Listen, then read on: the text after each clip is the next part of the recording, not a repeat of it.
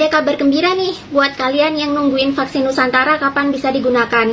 Walaupun belum melewati uji klinis tahap ketiga, tapi sekarang vaksin Nusantara sudah boleh diakses oleh Kemenkes loh.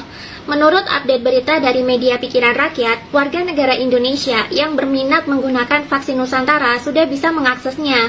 Menurut juru bicara vaksinasi COVID-19, Ibu Siti Nadia Tirmizi, untuk warga yang ingin menggunakan vaksin Nusantara tentunya harus menerima sejumlah syarat. Sebelum disuntikkan ke tubuh penerima vaksin, warga harus memahami dulu segala resiko dan efek samping yang bisa ditimbulkan oleh vaksin Nusantara ini. Sebagai informasi, vaksin Nusantara ini menggunakan metode yang sangat berbeda dengan vaksin pada umumnya. Vaksin umum atau vaksin konvensional menggunakan virus yang dilemahkan atau dimatikan atau menggunakan adenovirus untuk disuntikkan ke tubuh si penerima vaksin. Setelah disuntikkan, harapannya virus atau adenovirus tadi bisa merangsang tubuh untuk membentuk antibodi melawan virus COVID yang sesungguhnya. Sedangkan untuk vaksin Nusantara ini berbeda. Vaksin Nusantara tidak menggunakan virus yang dilemahkan atau dimatikan ataupun menggunakan adenovirus yang disuntikkan ke dalam tubuh. Tapi vaksin Nusantara menggunakan metode imunoterapi menggunakan sel dendritik. Jadi darah kita nanti akan diambil sedikit untuk dipisahkan sel dendritiknya di laboratorium.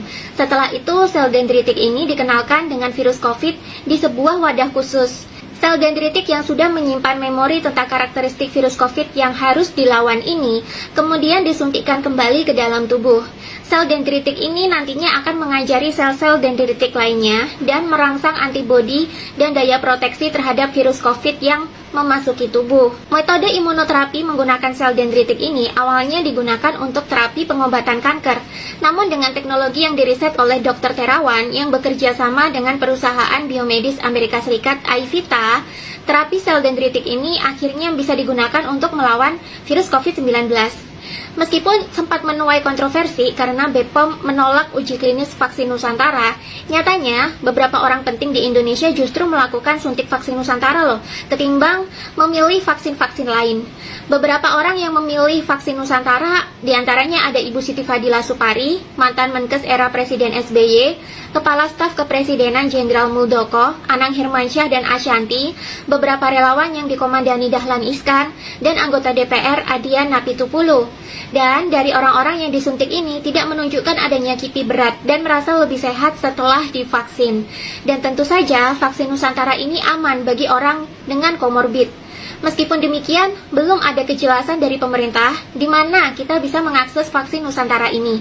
Mudah-mudahan vaksin Nusantara bisa segera tersedia di rumah sakit dan di puskesmas-puskesmas terdekat di kota kamu.